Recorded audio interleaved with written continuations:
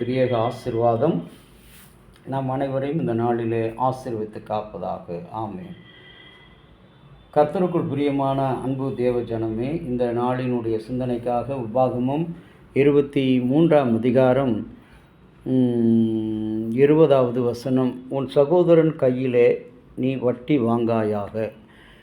இந்த மொழிகளுக்கு முன்பதாக இஸ்ரவேலிலே குமாரத்திகள் 17வது வசனம், இஸ்ரவேல் குமாரத்திகளில் ஒருவரும் வேசியாய் இருக்கக்கூடாது, இஸ்ரவேலின் குமாரில் ஒருவனும் ஆண் புணர்ச்சிக்காரர்களாக இருக்கக்கூடாது, வேசி பணத்தையும் நாயின் கிரயத்தையும் தேவனுடைய ஆலயத்தை கொண்டு வராயாக, அவைகள் இரண்டும் உன் தேவனாய கர்த்தருக்கு பிரியம் அருவருப்பானவைகள் என்கிறார்.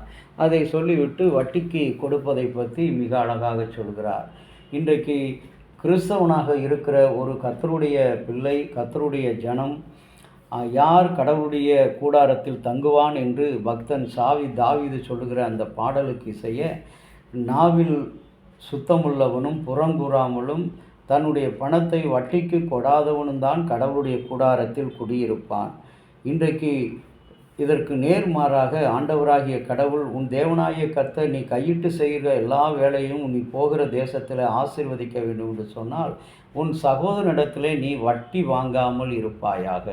இன்றைக்கு கிறிஸ்தவர்களாக இருக்கின்ற நம்முடைய சமுதாயத்தில் தான் இந்த வட்டியும் இருக்கிறது. இன்றைக்கு மீடியாவில் இன்றைக்கு பயன்படுத்தப்படுகிற சமூக ஊடகங்களில் அந்த கேரக்டர்களுடைய பெயர்கள் அனைத்துமே தீங்கு செய்கிறவன், ஒரு பெண்ணை கெடுக்கிறவன், ஒரு இடத்துல வன்முறையை குண்டுவெடிப்பு நடத்துகிறவன், வன்முறை செய்கிறவன், கட்ட பஞ்சாயத்து செய்கிறவன், கொள்ளையடிக்கிறவன் என்று சொல்லுகின்ற அந்த பெயர்கள் எல்லாமே, அந்த கேரக்டரோட பெயர்கள் எல்லாம் கிறிஸ்தவ பெயர்களை இன்றைக்கு இந்த ஊடகங்கள் பயன்படுத்தி இந்த கிறிஸ்தவர்கள் மீது ஒரு தவறான ஒரு எண்ணத்தை கொடுக்கிறது. இன்றைக்கு உலக மூத்த குடிமக்கள் நாள் என்று அழைக்கப்படுகிற இந்த 21ஆம் நாள் உலகத்தில் முக்கிய நோக்கம் முதியோர்கள் நிலையை பற்றி விழிப்புணர்வும் கொண்டு வருகின்ற ஒரு நாளாக இந்த நாள் நினைக்கப்படுகிறது. அதிகாரப்பூர்வமாக முதியோர்களுக்கென்று நினைக்கப்படுகிற ஒரு நாள்.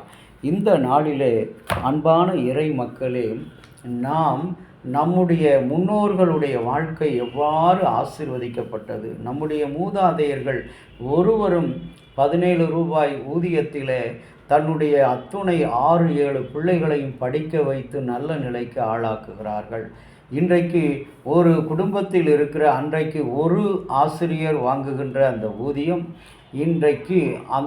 அன்றைக்கு பழைய நாட்களில், முந்தைய நாட்களில் ஒரு வீட்டில் 5 ஆசிரியர்கள் 10 ஆசிரியர்கள் வாங்குகின்ற ஊதியத்தை இன்றைய நாட்களிலே ஒரே ஒரு ஆசிரியர் வாங்குகிறார், ஒரு ஊழியர், அரசு ஊழியர் வாங்குகிறார். ஆனால் அதுவும் போதவில்லை. காரணம் என்னவென்று சொன்னால், கர்த்தருக்கு உண்மையாக நடக்கவில்லை, கடவுளுக்கு உரியவதை கொடுக்க வேண்டும். இன்றைக்கு நாம் எவ்வளவு விதையை விதைக்கிறோமோ அவ்வளவு விதை ஆண்டவர் நமக்கு பலனை கொடுப்பார். எவ்வளவு தண்ணீரை நாம் அள்ளி கொடுக்கிறோமோ அவ்வளவு இரண்டத்தனையான தண்ணீரை கடவுள் நமக்கு கொடுப்பார்.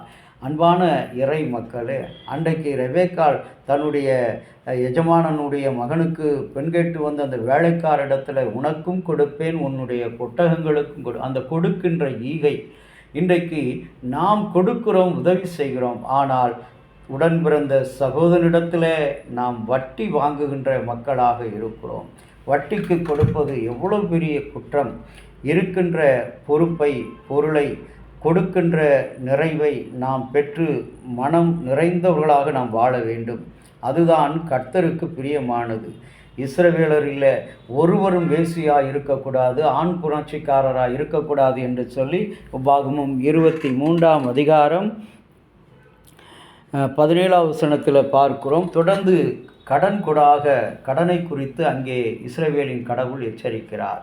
இன்றைக்கு கிறிஸ்தவர்கள் தான் நாம் வட்டிக்கு கொடுக்கிறோம். இன்றைக்கு பாருங்கள், இன்றைக்கு திருச்சபைகளில் அதிகமான குழப்பங்கள் எங்கிருந்து வருதுன்னு சொன்னால், குருசேகரத்தினுடைய பணத்தை எடுத்து வட்டிக்கு கொடுத்து சம்பாதிக்கின்ற அந்த ஒரு மோசமான, அசிங்கமான, ஆண்டவர் வெறுக்கின்ற சாபமான ஒரு வேலையை இன்றைக்கு திருச்சபையின் பொறுப்பில் இருக்கிற மூப்பர்கள் செய்கிறார்கள். இது குறிப்பிட்டு சொல்ல முடியாது. எல்லா இடங்களிலும் நடைபெறுகின்ற காரியம். இது எல்லாருக்கும் தெரியும். மேல் மட்டத்தில் இருந்து அலுவலகத்தில் இருக்கிற எல்லா மக்களுக்கும் தெரிந்த ஒரு காரியம்தான். ஆனாலும் கூட இந்த நாளிலே அழைக்கப்பட்டிருக்கிற நீங்களும் நானும் அருமையான தேவனுடைய பிள்ளைகளை 2006ஆம் ஆண்டு சில்வஸ்டர் ஸ்டோன் ராக்கி பல்போவா என்ற அந்த சினிமாவை பற்றி நீங்கள் அனைவரும் கேள்விப்பட்டீர்கள். அந்த படத்தை எதுவுமின்றி இந்த கடைசி படத்தை எடுத்து முடிக்க கிறிஸ்துவோடு கொண்டுள்ள உறவை புதுப்பிக்கவும் உற்சாகம் தந்தது என்றார். இது கிறிஸ்தவர்களை வியப்பில் ஆழ்த்தியது. தன்னம்பிக்கை என்னும் தவறான ஒன்று ஒரு வாழ்க்கையை வழிநடத்தியதை, புது மாற்றம் பெற்றதை இந்த ஸ்டோலன் அறிந்து கொண்டான். உங்கள் அனுபவம் மிக்க ஒருவரின் வழிநடத்துதல் அவசியம் என்றார். நமக்கு தேவனும் வேண்டும், மனிதர்களும் வேண்டும் என்று அந்த ஸ்டோலன் கற்றுக்கொண்டதை இன்று அநேகர் உணரத் தொடங்கியிருக்கிறார்கள். உலகம் வேண்டும் தான். சங்கீதம் 5:2 பார்க்கும்போது ஆண்டவர், நான் உம்மிடத்தில் விண்ணப்பம் பண்ணுவேன், என் ராஜாவே, என் தேவனே, என் வேண்டுதலின் சத்தத்தை கேட்டருளும். இன்றைக்கு அன்பான கடவுளுடைய பிள்ளையே, ஆண்டவருக்குள்ளாக அழைக்கப்பட்டு இருக்கிற உன்னுடைய அழைப்பு விசேஷமானது, பொருள் உள்ளது, ஆசீர்வதிக்கப்பட்டது. நமக்கு கொடுத்திருக்கிற வாழ்க்கை, இந்த உடல், உயிர், பொருள், ஆவி அனைத்தும் ஆசீர்வாதமானது.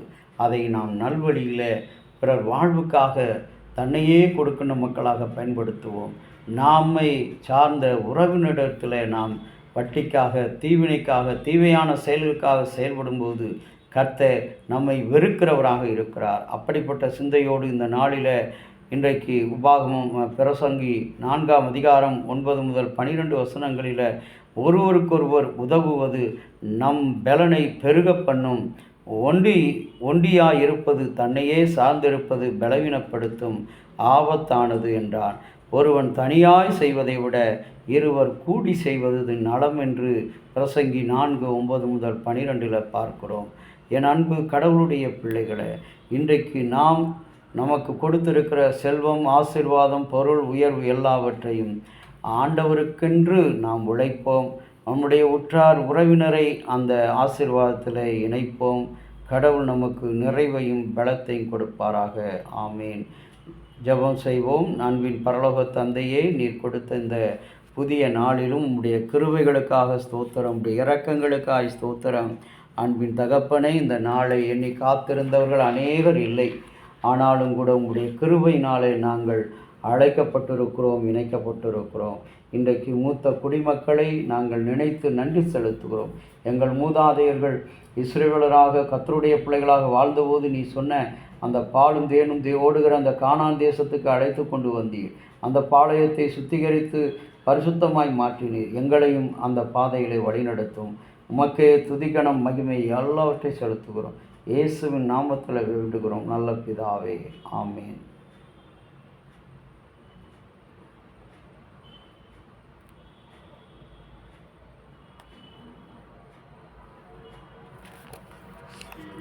கர்த்தாவின் சமாதானம் நம் அனைவரோடு இன்று வென்று சதா காலமும் கூட இருந்து ஆசீர்வதித்து காப்பதாக.